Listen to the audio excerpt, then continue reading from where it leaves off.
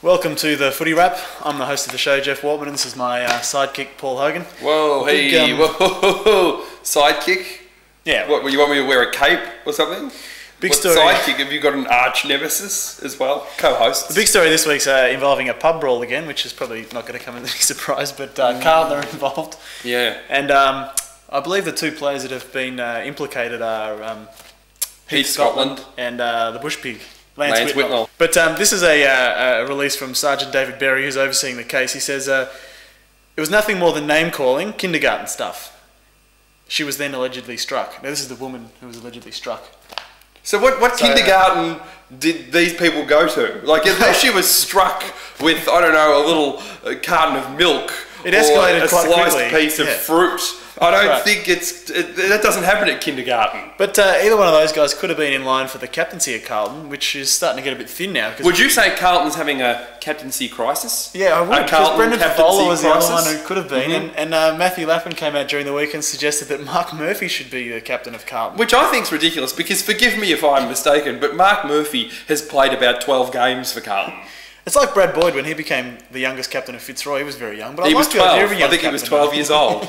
He had just graduated from primary school. But I would suggest that Richard Pratt will be able to iron out all of these problems now that he's signed on as the CEO. But hang on, I mean, Vizzy, it's not exactly a football club. I mean, but he's proved he's got the track record really with what he's done there.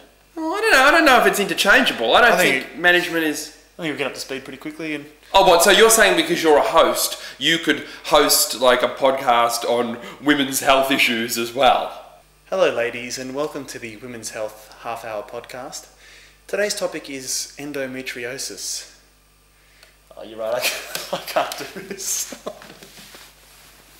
Jason Ackermanis, the human headline this week. Actually, it's not Jason Ackermanis so much as Rodney Eade, who's come out in the paper this week and said that Jason's newspaper column and all his media work will be run by Rodney Eade before it goes to print. And that's a decision apparently that Jason's taken. So Rodney Eade will effectively be his ghostwriter or sort of editor this year, which, well, I guess is a good idea. I'd love to see how that's going to work. Yeah. So what do you got for me, Acker? Well, just a simple column this week, nothing much to it. I just thought I'd say something like, Rodney took us through our paces this morning at Whitten Oval. Oh, we'll stop there. Say Rocket, not Rodney. Oh, you like Rocket? Yeah. Okay. But not Rocket as in a NASA rocket. I'm talking like Rock It, like a band. He gave us a little talk on the game plan. Little talk. Let's just change that. Just change little to 3 hour. Okay. And talk to seminar on the fundamentals of sport. No, strike that. Okay. Fundamentals of life. After that, Brad Johnson and I went to the Children's Cancer Ward at the Children's Hospital. No, let's not say Brad Johnson, say Rocket. You and me. Yeah. Oh, you didn't need to be there, just say Rocket. Spent some time down there. Oh, okay. Didn't cure cancer or anything, but spent some time in the lab.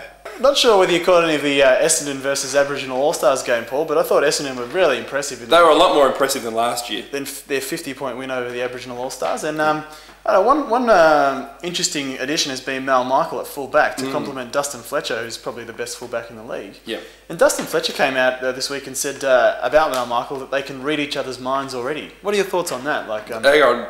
Mal Michael and Dustin Fletcher are reading each other's minds. Yeah, they've got that sort of ESP connection apparently. I don't believe in that sort of thing.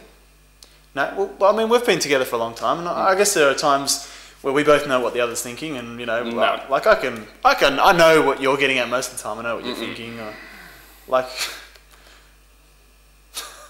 anyway, whatever. But the Aboriginal All-Stars were a little bit of a rabble, actually, and they ended up losing by 50 points in the end. And another interesting... Gee whiz, I haven't eaten any corned beef for a while. Is it corned beef or corned beef? Corned beef. It's really difficult to say. Corned beef. Corned beef. Why am I sitting so far back? Am I in focus? Have I ever eaten corned beef without pickle? Cole, who plays for Essendon. What's the difference between a pickle and a gherkin? Cole, who plays for Essendon. I feel like a parrot. Last year played for the Although, All-Stars, this year played for Essendon. I probably feel more like some corned beef. Wouldn't you say, Paul? Oh yeah, rumour has it that he wanted to actually play for both teams, but he kept kicking the football into his own face at training. Premiership ruckman Dean Cox from the West Coast Eagles this week came out and said Woosh is his hero. the coach of the West Coast Eagles. How old is he? Who? Busher? Dean Cox. Dean Cox, I don't know. Has he got posters? Actually, he's quite young, isn't he? No, hang on, I'm thinking of the glove, Quinton Lynch. Oh, Dean Cox, I don't know, in mid-20s? Yeah, I guess so. I don't know, are you allowed to have a hero when you're in your mid-20s? I don't know. Who was your childhood hero? How can you think about it? Did you not have one? No, I guess I never had a hero. Are you serious? Yeah. Did you have a hero? Yeah, Benny Quinlan. So you Bernie Quinlan was your hero? Yeah, Super Boot. Really? Yeah. I always thought Red Simons was funny on Hey Hey It's Saturday. He says that he deserves all the credit for rescuing the club from Ken Judge in 2002. He named Ken Judge as well. Yeah. That's usually a football code. You sort of don't name the coach. Really? You don't name the player that cocked things up. Were they ever really in desperate trouble under Ken Judge? I don't think it was desperate trouble. Yeah, it doesn't sound very fair. The Eagles have won 62% of their games under Worsfold. And Cox says the players are very excited about playing underneath him.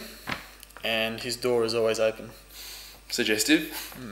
Anyway, more of the same next week. Thanks for joining us. And remember, stick to your stage 4 water restrictions. What are you doing? Well, I think we've got a social responsibility. 28 people downloaded this podcast last week. And that could be like litres of water.